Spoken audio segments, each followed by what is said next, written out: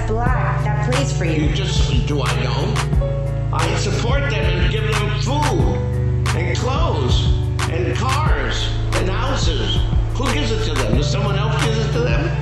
Do I know that I have? Who makes the game? Do I make the game or do they make the game? And these are 30 owners that created the league. I'm not going to bring any black people to the stadium. This week, I know a lot of you you watch basketball and you love basketball. I'm going to tell you, basketball is a coon sport. It is a coon sport used to entertain white folks.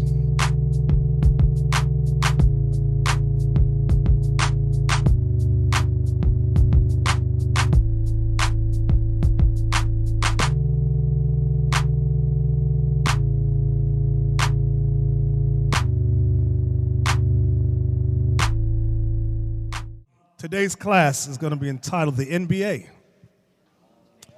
The NBA, which stands for the National Basketball Association, or, as I like to say, the Nigger basketball assimilation. So we'll word it nice. Let's call it Negro basketball assimilationists. We'll call it that. Abiel, can you look up race and ethnicity on Wikipedia for me in the NBA? Race and ethnicity in the NBA. I don't know if that thing has been updated as yet, but let me go down. It says the composition of race and ethnicity in the National Basketball Association, NBA, has changed throughout the league's history. The first non-white player entered the league in 1947. According to racial equality activist Richard Lapchick, the NBA in 2011 was composed of 78% black players, 17% whites, 4% Latinos, and 1% Asian.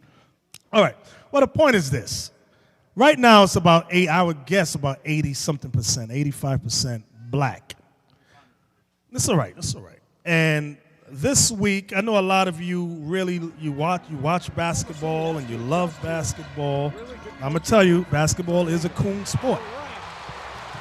It is a coon sport used to entertain white folks.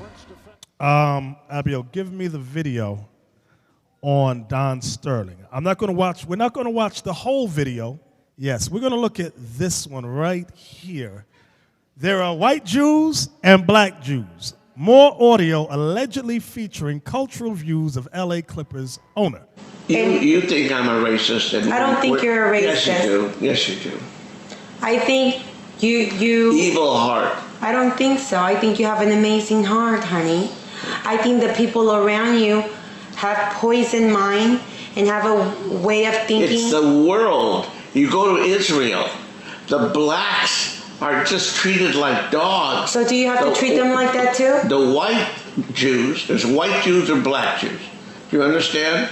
And are the black Jews less than the white Jews? 100%, 50, 100%. And is that right? It is the question. We don't evaluate what's right and wrong. We live in a society. We live in a culture. We have to live within that culture. But shouldn't we take a stand for what's wrong and be the change and the difference? I don't want to change the culture because I can't. It's too big. But you can change yourself. I don't want to change. If my girl can't do what I want, I don't want the girl. I'll find a girl that will do what I want. Believe me. I thought you were that girl because I try to do what you want. But you're not that girl.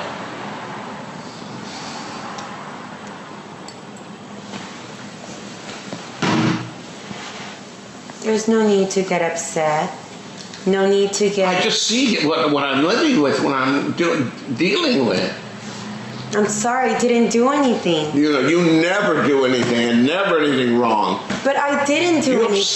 You upset me. You made yourself upset. No, that's not true.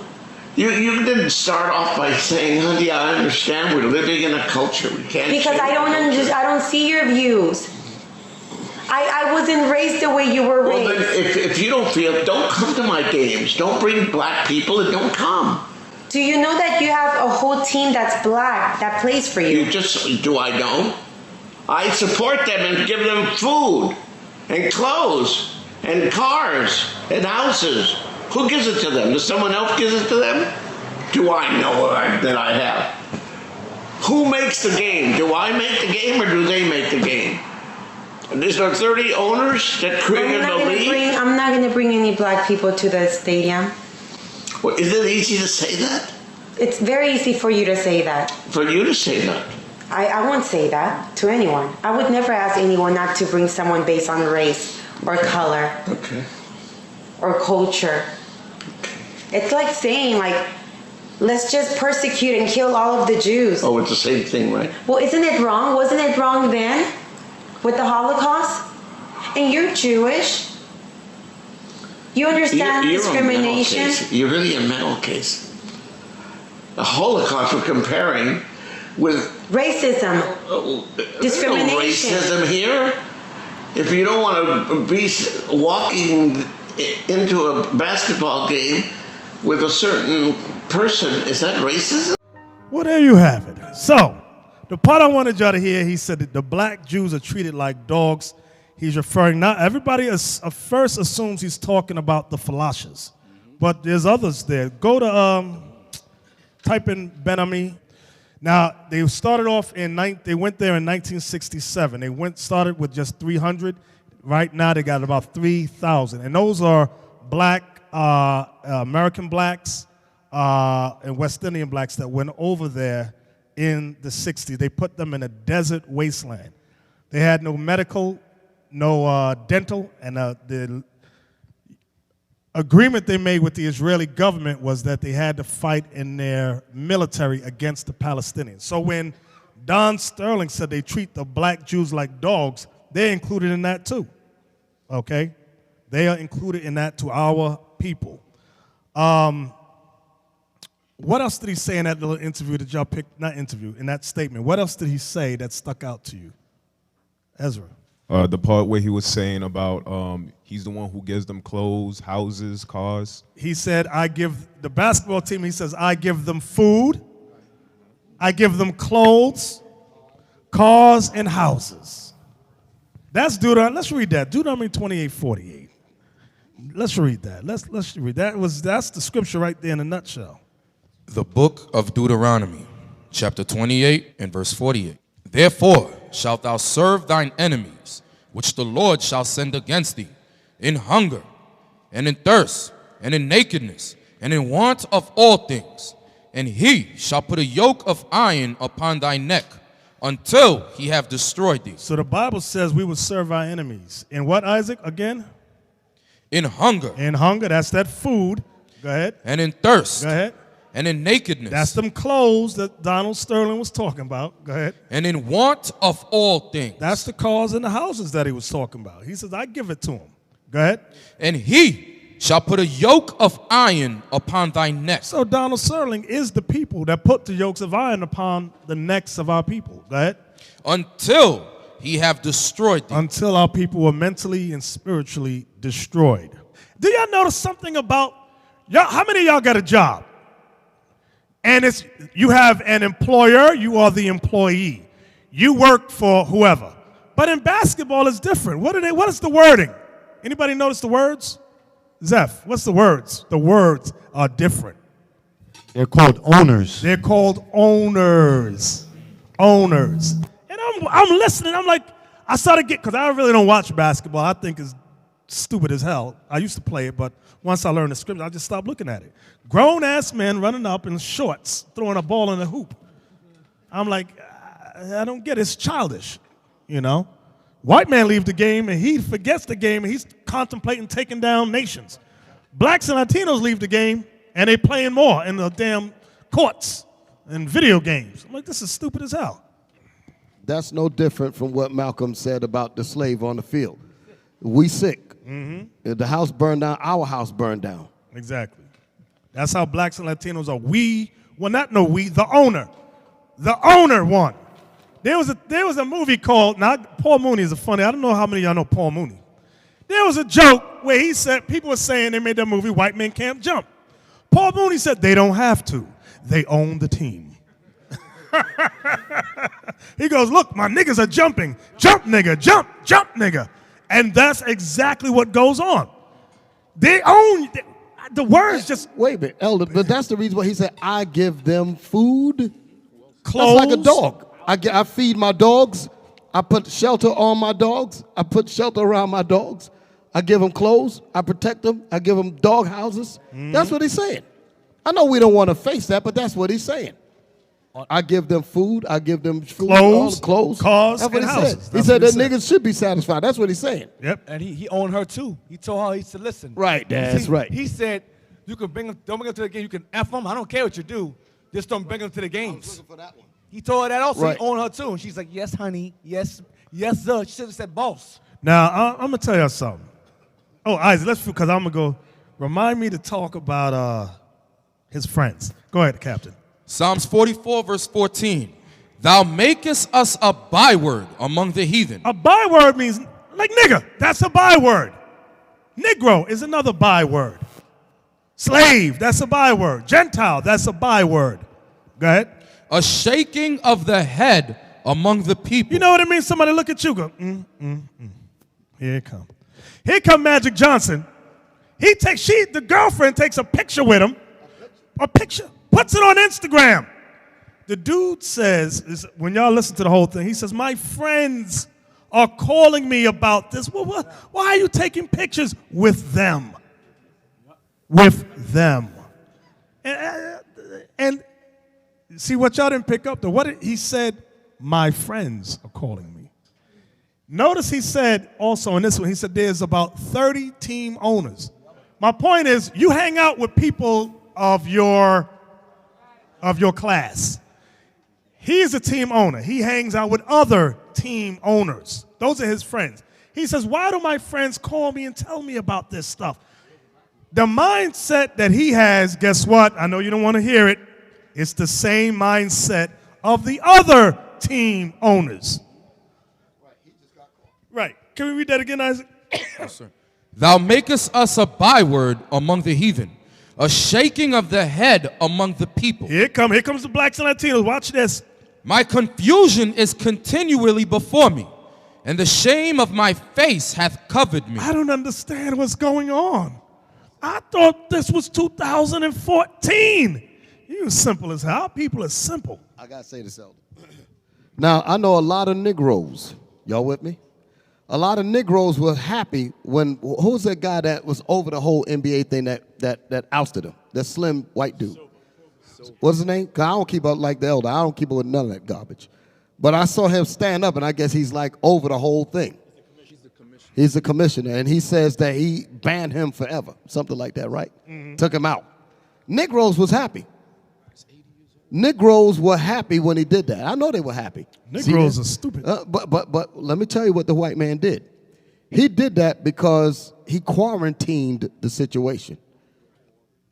Y'all, they didn't get that, Elder. They didn't get that. He quarantined the situation because by silencing him, he put a lid on him so that the rest of his friends won't even come up. Well, that's him right there. That's the cat. Did y'all get what I said? Look at that, everybody. Let me show you something, though. They didn't get it. But what do y'all notice is wrong with that? They quote unquote silenced him. They said we got to take a stand. We have to do something. What's wrong with that? Anybody think about Don Sterling historically. This is not the first time. He refused to rent to black and Hispanics. There you go. 2003 to 2000, the Department of Justice was going to the NBA going against Don Sterling because he refused to rent to blacks and Latinos because he's in real estate. When they rented a house, his wife would dress up, go to the house, and make believe she's a real estate agent to see the race of the people that's there. So this is not the first time. Go back to the Edomite, the tall, skinny guy. Go back. So you might have said, yeah, he did the right thing. No, niggas. This ain't the first. They knew about Don Sterling from way back when. From way back. And they kept it hush. The entire NBA knew. They kept it hush. All of them knew about this dude. And they know about his friends. They kept all this swept under the rug. Y'all be sleeping. You basketball players out there. Why would they keep that hush? Why would they keep? I want to see if y'all think. Y'all should know better than me, because I can't even touch a bat. Put a basketball in front of me and I'll hit it with a bat. Huh? Right, but the real estate magnate had just paid $2.73 million to settle U.S. government claims that he refused to rent his apartments to Latinos and blacks in Koreatown. Now, notice it says in Koreatown.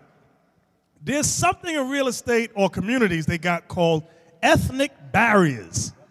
Ethnic barriers where you are not allowed to go. You keep thinking that we could go, well, I move where I want to move. Nah, niggas. Right. Right. They call it and redlining. The white man also is in cahoots with the Chinese man. Don't let them blacks or Latinos move in here. Y'all got to wake up. You basketball, throw a ball in the hoop. Yeah, we won. I just laugh. Let's look at the protest. What did the LA Clippers do?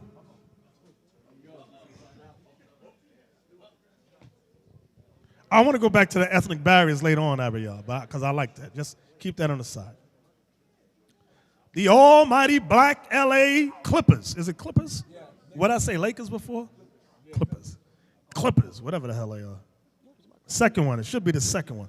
I hope it's short because I don't want to be watching no stupidity for 5 minutes. I want to see the protest itself. And everybody clap. That ain't it. Okay. Negroes, and yeah, that dude is black. Ain't he black? The Jake right there on the left. He's Levi? Yeah, okay.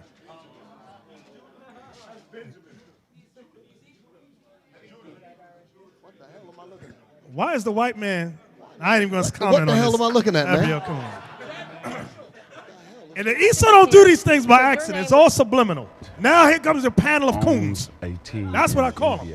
Magic is here because your name was the name mentioned in the recordings of racist remarks believed to be made by Clippers owner Donald Sterling. Plain and simple. When you heard those comments, Magic, what was your reaction? Well, Sage, I was really upset. You can't understand how hurt I was, and also I was hurt for all African Americans and all minorities, because when a man who owns a team in the NBA, and Donald Sterling has had issues in the past, so this is not the first time. And I've known Donald. One of the first men I met when I came to LA, Dr. Buss took me to his annual Malibu beach party. Actually, my first week in LA. Then I met with Donald 2 or 3 times. He wanted to discuss the issues with his Clipper team. So I had a friendship with him. So for him to then make these comments or alleged comments. Did y'all hear anything wrong with what he said? He knew about Donald Sterling's theatrics for a while and calls him his friend. Meanwhile, Magic Johnson, rich, I would say rich Magic Johnson knows that, let's say Donald Sterling will not let blacks or Latinos move where they want to move. He knows this, but he's his friend. That's a coon mentality for you right there. 2-1. And just a few moments ago, upon entering the court for pregame warm-ups, the unified statement from the Clipper players wearing their warm-up shirts inside out, so the word Clippers are not across their chest. A statement apparently made regarding the racist comments allegedly made by owner Donald Sterling on a tape that was released by TMZ on Friday, and it's all anyone discussing. Some of y'all was happy with that. That's weak. That's weak. That's not a protest. That was no test, right? That was some weak Negro stuff there. And y'all clapping. Yo, you look what they did. A protest would have been, we ain't playing basketball. That's would have been a protest. So to the question that I forgot, that's the answer to that I was going to say earlier. Dressing up. That's what, because the whole point is, why would they try to quarantine and beef and keep things under wraps? Because billions and billions of dollars are involved with Negroes playing. That's the point. So if they wanted to make a point, they should have said, you know what, we're tired of this. Let's all of us just leave. man, America would crack in half. Hey, but the argument is this. The argument will come up is this, y'all. So they're going to say, wait a second. They're going to say, well, if they don't play, they're going to get what? They'll be fine. Now, somebody may say, well, they live above their means. If they don't play, they're going to lose this and that. Well, there's a way you can play without playing and not get fined. I could play like Metal Art Lemon and let you know I'm letting you throw the ball in the hoop and let everybody know, but I'm playing. I'll fall on the floor 25 times. I'm playing, but I'll be making a statement. If you got 80%, listen to me. If you got 80% Negroes on all the teams, and they said we're not playing, I don't think they're gonna say we're gonna find them. They said we better appease. We better do something.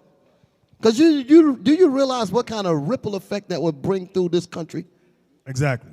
That would shut down everything. They could have did a lot. That was there's all expressions. Strike. How does it go? Strike while the iron is hot. Strike while the iron is hot. Something like that. Is that right? That's it. That is it. Strike while the iron is, meaning seize the opportunity. Right. Seize Don't the wait. time. Do not wait. Hit it now. Go down. We ain't playing. Why not? This, that, and other. And they could have took that demon to court or whatever and get monies to go into everything. Black communities, they could have did schools, it all. Whatever. They could have did There's it a lot all. of things they could have They said the only way we're going to play, because you got to think about all of the advertising agencies and all that stuff that's connected with them, all the commercialism, all of that stuff. They said we're not playing nothing until we have these things addressed. Exactly. Man, it would have been addressed 3 minutes. Everything would have been straight. But the problem is there's no unity amongst That's the what the blacks. point That's is. the problem. That's the problem. Yashua. I want to say a couple things. First of all, they got a union, and when they want to strike because they ain't getting their wages, they're on one accord for that. And there's nothing. The NBA shuts down. All right? And I beg to differ. They did make a statement. They showed you what was more important to them, because they were saying it's the playoffs. Those owners would have lost their damn mind if they would have lost the revenue from the playoffs. They would have been doing everything under the sun to try to appease them. So they had the opportunity of leverage and power at that moment, Exactly. and they did nothing with it. Man, That's black people for you. Wait a minute. A powerless people. I don't think. Wait a minute. The magnitude of what he just said has not marinated on them heads out there. The butter didn't get in them biscuits. It didn't get to them biscuits. What he just said was that this was the playoffs. The playoffs. Everybody's on the edge of their seat. Everybody's waiting. And they all could have walked in unison. Man, that would have been something. Walked out. Like I said, America would have cracked in half. Yep. Would have cracked in half. That was the power move right then. The iron was soft as butter. Trust me, Esau thought that was what's going to happen. And when it didn't happen, they took a sigh of relief. Yeah. Because that's why that commissioner came out as quick as he did. Exactly. Because they expected that to happen. But there was still a side of it that said, nah, they're not unified. They said it's not going to happen because you read the bottom of Deuteronomy 28:48. It ain't going to happen until they be destroyed. These niggas ain't going to do nothing. That's exactly what happened. They were unified.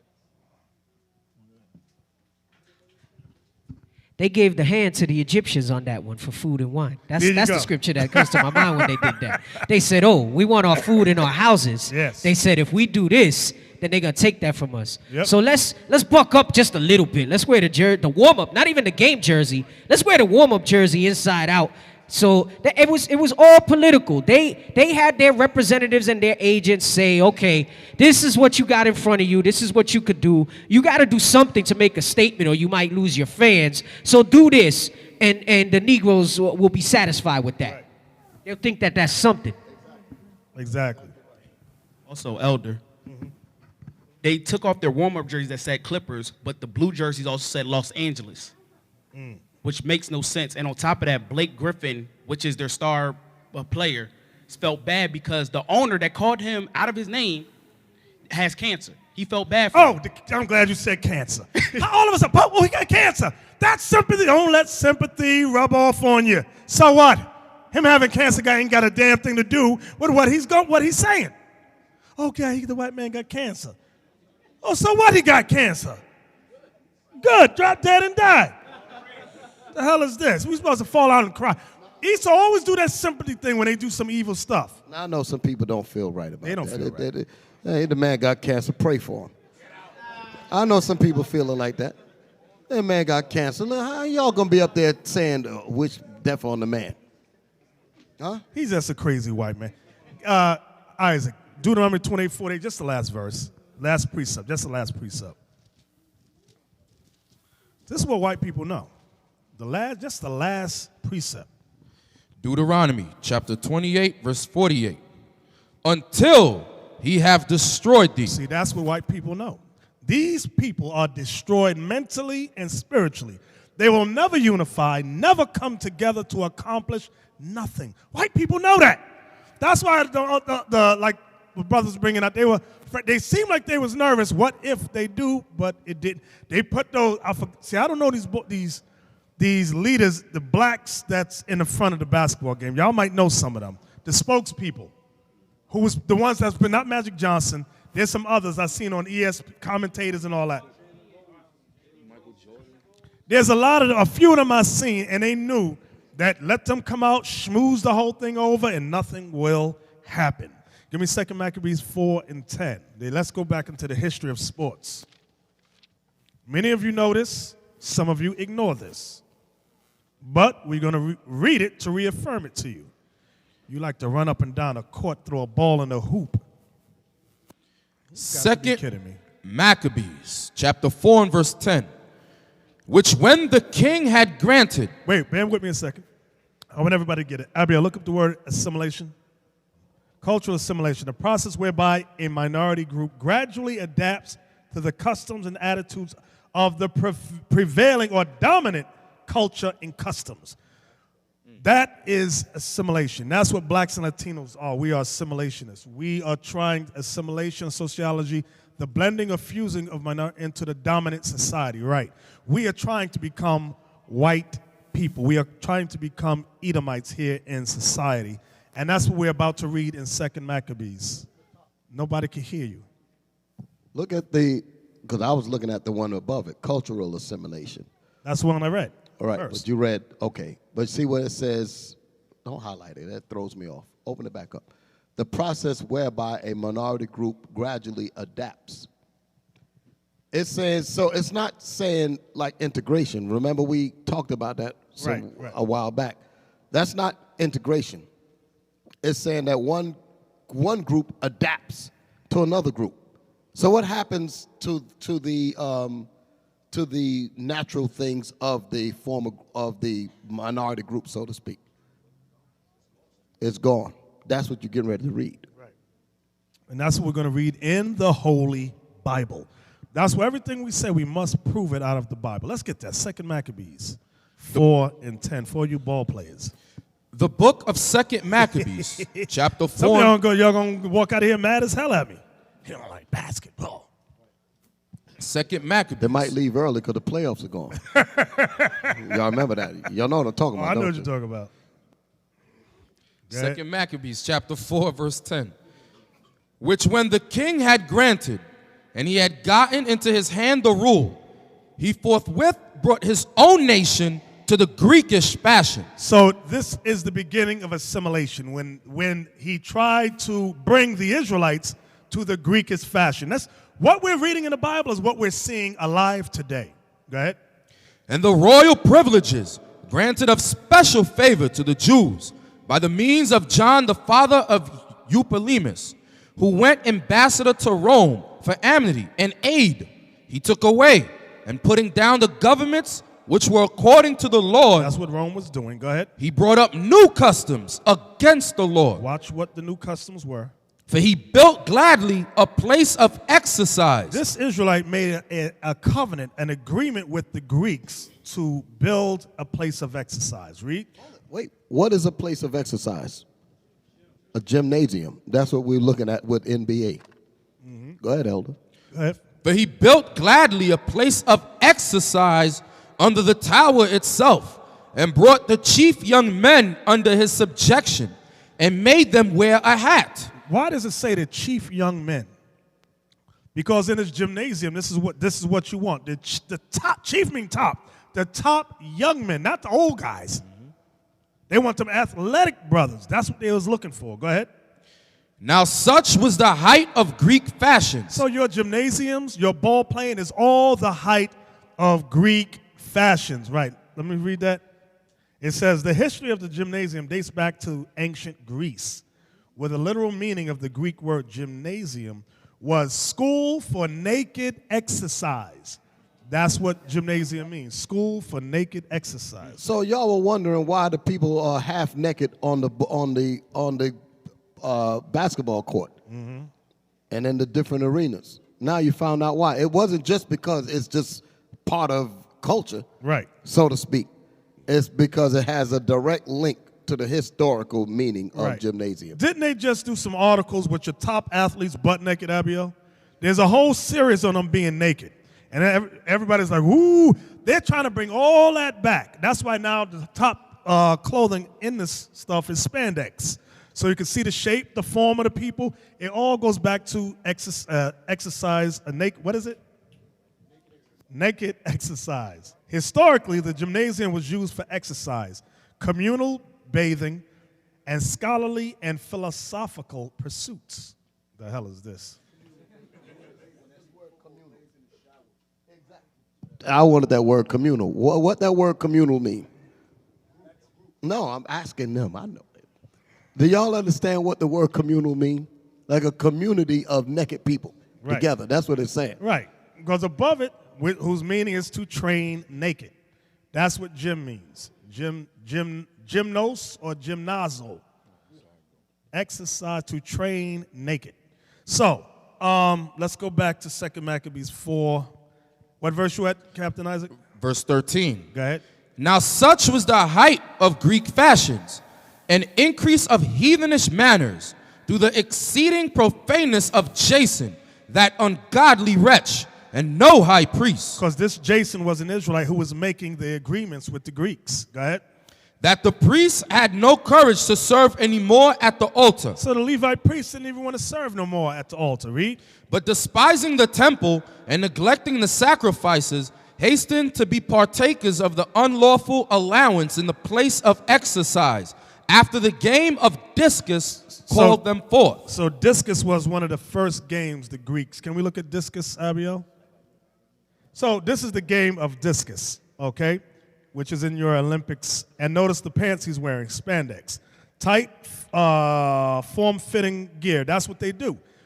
Watch, they're trying to get it to the naked thing, the literal naked thing. That's what they're trying to bring it to. Abiel, find me the photos of the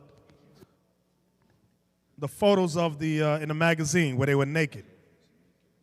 On ESPN, all these athletes butt naked. Y'all see this foolishness? But that's what gymnasium means. Naked exercise. All of this all goes back to what we're reading in the Holy Bible. So if some of you think that the Bible is a fairy tale, no, you're sadly mistaken. You're a fairy tale.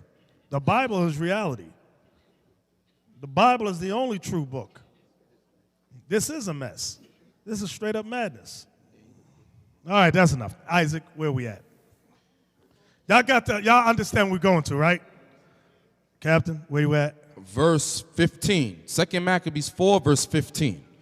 Not setting by the honors of their fathers. Notice what it says about our people, blacks and Latinos. Not setting by the honors of their fathers. Read. But liking the glory of the Grecians best of all. What is that saying in layman's terms?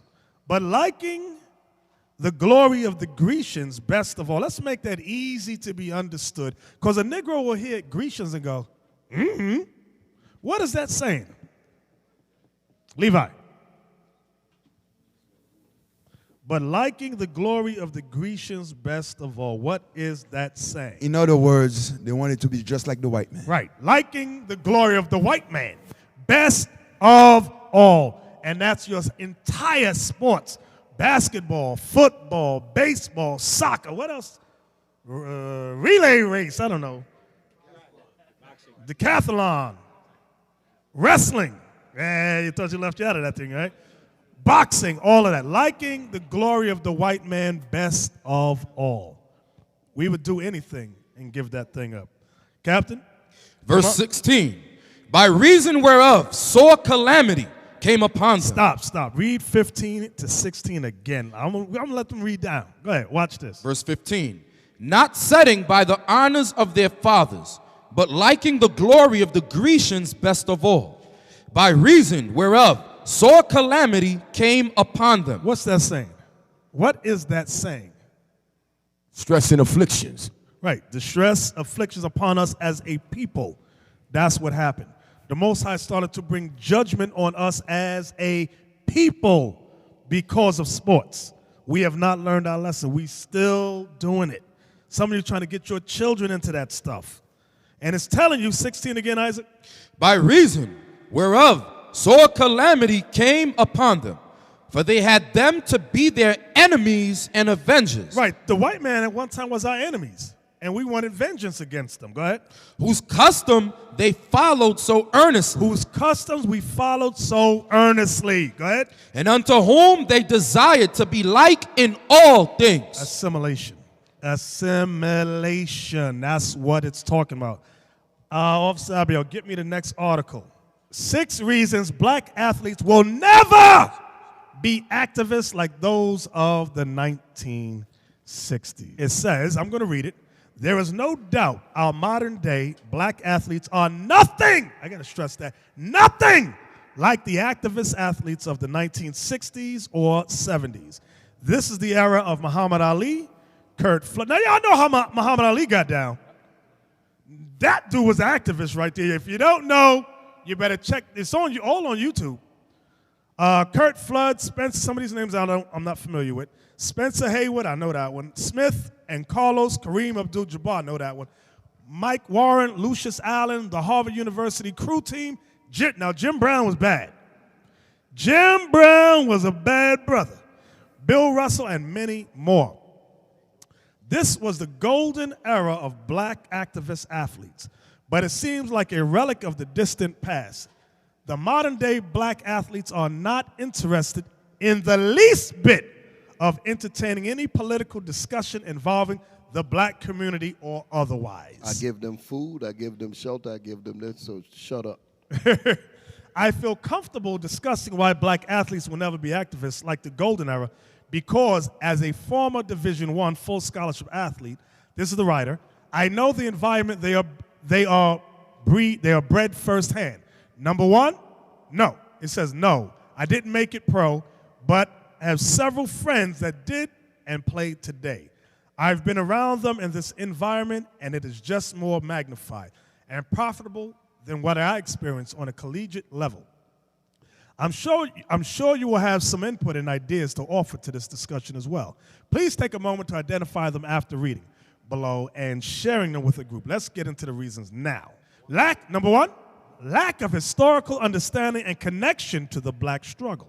That's number one. This is an infection most in the black community have. So it's not just the ball players, it's those of us out on the streets. We're infected with the same disease. Lack of historical understanding and connection to the black struggle. And it'll be poor people still have a lack of historical understanding. This is an infection most of the black community have, so it isn't really fair to just try and put it all on athletes. This is a clear byproduct of turning over the education of our young people to the system that put us in a situation. How could we ever expect them to properly educate our young people to grow up loving anyone but the system creator? I got to read that part again. How could we ever expect them, meaning our people, to properly educate? How could we ever expect them to properly educate our young people to grow up loving anyone but the system creator? What does that mean? The white man. We are bred, we go to school to learn to love white people. We don't understand, embrace, or relate to our history as a whole. This is no different with the athletes. Therefore, when they grow up, they are disconnected and not willing to stick their neck out or sacrifice their promotion, financial gain for the black community. Poor people will fit right in this because the majority of our people fit this, what we're reading. Do y'all agree? What do poor people have that causes this infection to manifest so heavily? A television. That's how we end up loving the system that created it. Y'all follow me? Because in everybody's home, there's a flat screen TV. Y'all follow me? And they are not watching what they should be watching. They're watching all of this garbage. That's what's on their minds. And why do we turn to the television? Because it's like a sleeping pill to us. It's entertainment. Some people cannot go a week without a television. You watch them. Let your TV break down, and family members will kill you. Put another TV in his hat. You understand? Because y'all don't know. I really want y'all to understand what I'm saying. It's like a drug. Because without TV, they're reminded of their state. They're reminded of their reality. And the television is just like dope, just like drugs. Give me the television and I'm okay. I got my fix. Okay? This man knows that. You understand? The creator of the system, he knows that. That's why the advertisers pop, pop, pop, pop, pop, pop, Exactly. pop, pop. Let's get the next one, Abiel. Raised in a political atmosphere, athletes are segregated from the general population of the black community. Well, I want y'all to listen good to this. Although they know what happens to our people and the struggle is real, at some point they are sheltered from it. This typically happens around high school years when they begin to separate themselves from the pack with their performance. They are put under the wing of the athletic department and everything changes from there. Now, I used to work in Washington Heights. There's a high school. The sports players, the baseball players in George Washington High School, that was the name of the high school, they had carte blanche. They could do no wrong. Even if they was doing something wrong, the sportsmen never got in trouble. So I understand exactly what he said. They were separated from everybody else. Nobody can hang in the hall. No, the athletes, leave them alone. They can do what they want. It says once they are recruited to college, given a scholarship and put on the program, they are further sheltered. All their affairs, interactions, and people of importance are with white handlers. Notice the words now, handlers, ushering them through the athletic system. They have mostly white professors, white coaches, white trainers, white advisors, white athletic counselors, and many of them take white girlfriends. Do y'all see this? Upon moving into the professional ranks, the white handlers, see the words there, the handlers. Those are slave words. Right. Exactly, Right. like you in a suit. Who's the handler of the baboon? Right. Also investors, because that's what you might as well call them all investors. They are investing in this Negro stock. Upon moving into the professional ranks, the white handlers continue in the form of agents, white lawyers, white accountants, white managers, white financial investors, and more. The race issues fall from the table because these are all apolitical atmosphere, meaning they don't deal with nothing political at all, where the only thing that matters is the money. Everyone is focused on the money and no one diverts their attention from the bottom line. The third reason why they're not like our forefathers, it says selfish. The struggle is over for them. Selfish might be a bit strong, but acting in their best interest isn't. None of the modern-day athletes are struggling financially. In the era of multi-million-dollar contracts, television rights, endorsements, and merchandising, the financial struggle is over for athletes. They no longer live in the poverty-filled neighborhoods. They have money, access, and fame. The sun is always shining, and they have the money to chase their dreams. They are no longer interested in fighting the battles of the black community. In fact, many feel like they found a way out of the ghettos, and so should the rest of us. Notice it says, okay, the next thing it says, the league would likely find them. So this is what we were talking about earlier, about the league finding them financially. No matter which professional sport black athletes compete, it is likely the leagues would find or silence them in some manner. These corporations have no interest in seeing their product, notice the words, their product take a stand for any political issues. It would more than likely upset a good portion of their fan base. Therefore, there's no room for this when it comes to their athletes. I'm not sure if remaining apolitical is written into the contracts these days, as I didn't play professional ball. But it wouldn't surprise me one bit. So he's saying there might be something in the contract where they have to be apolitical. Stay the hell out of that stuff. I say that because you don't see any athletes, white, black, Asian, or other, take a stand for anything political in any sport. There was one, I remember. Remember there was a Jake who said he was Muslim and his religion did not allow him to say the national anthem. They thought, don't bring no religion up in here. Okay, go up. Potential blackball from the league. So they might get blackballed from the league.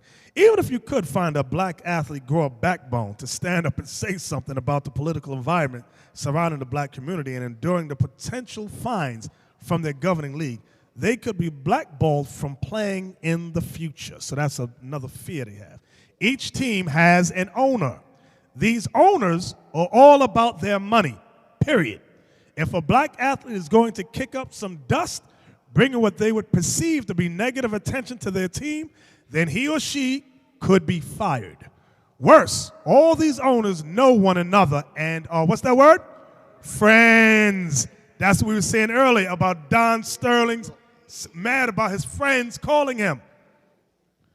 The athlete has the potential from being banned from all the teams in the league, and no one is willing to give up their livelihood to speak a few words on behalf of the black community. You know why?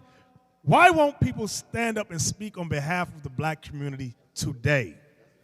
Back in the 60s and the 70s, they did. Why not today? I think the white man set the system so much that there's more at risk now than then. In the 60s, the black community, the leaders, the players have more to lose now than what they had in the 60s. Give him the mic next to you. Isaiah.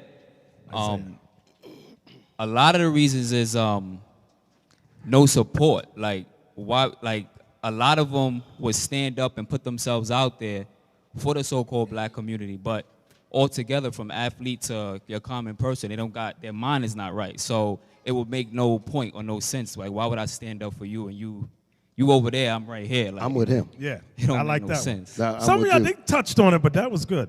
That was good. I want to expound this brother here. Who, Imar? No, the brother that spoke before him. He said something that got my attention. You made the point that there's more at risk now. Repeat what you just said. Give him the mic, quick. I said the white man set the system in Y'all this listening? way. The white man set the system this way because he makes sure to put it that more is at risk now in this time than in the 60s. Now, the reason I wanted to go back to that, which is not to answer the question, but I wanted to comment on what he said because he's 100% right. The white man was able to put more things into effect because we allowed it. Because we are not united like we were more during the 60s. Because, believe me, he wanted to do what he's doing now because we allowed him to do it. He wanted to do it then, but we didn't let him. You follow me? We were more tightly together. You see, even the women in the streets and all of that. Right. We were like, hell no, it ain't going down. Now we went to sleep. That's the difference. Right, exactly. That's why there's no support like the brother said today. Black people will drop you like a hot potato, like a bad habit. They'll join with the white man quick, and you be the only one out there talking about helping black people. And they'll be like, we don't need your help, nigga. That's what they do. You better watch it, standing up for these people. They gotta get their minds right. Okay, the next thing, would destroy sponsorship opportunities. Building on the financial impact, speaking out on a black political issues could cost the athlete their sponsorship opportunities. Talking about the black struggle in this country and world will upset many of the sponsoring advertising companies' customer base. This means they will drop the athlete in a second, and no one is going to compromise their money for the black community, not even modern black people. So, when you look, what was the name of the boxer? It was a big brother. He used to travel. He could sing also. James, big dude. He had a white girlfriend. Jack Johnson. Forget the part that he had a white girlfriend. But he did stand up for Jake and a lot of things. You had a lot of black athletes back then who didn't give a damn. And the black community, us as a whole, supported them. There was no, I don't know him, I ain't weird. It was no disconnect between them and us. Shalom, brothers, and shalom, sisters. I'm Elder Nathaniel of Israel United in Christ.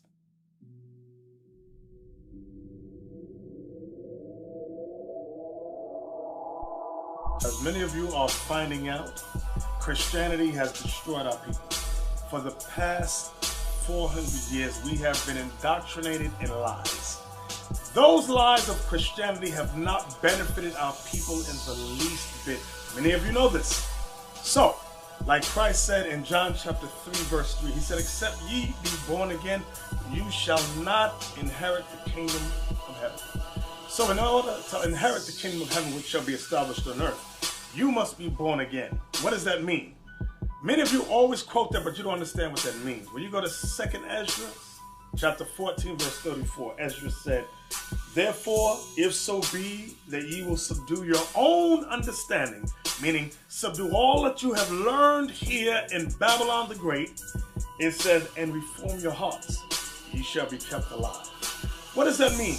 Meaning you must be taught all over again, taught your nationality, taught why it is that we as a people went into slavery here in America. Who are we? What is the mystery of why this country, these nations have changed our nationality? We here at Israel United in Christ, we have classes 7 days a week, 3 times a day. All for what? For your learning, for your edification. You will learn things never taught to you before. You will learn history. You will learn prophecy. And more importantly, you will learn the dynamics of what you need today to survive as a people. 1/3 of Israel is prophesied to repent of their sins and come into this truth. So now we need you, brothers and sisters. Come, join us here at IsraelUnite.org. Go to our online classes and register. This is for you. This is for the redemption of the 12 tribes of Israel, brothers and sisters. I hope you understand that. Isaiah chapter 62, verse 6 says, I have set watchmen upon thy walls, O Jerusalem, which shall never hold their peace day nor night. Ye that make mention of the Lord, keep not silent. And brothers and sisters, we are not keeping silence. So come join us. Help us build this truth. Donate to us so that we can keep this truth on and on. Push it forward. Help us get this gospel out, because Christ said when this gospel is taught throughout the earth, then shall the end come. So with that, brothers and sisters, we say shalom.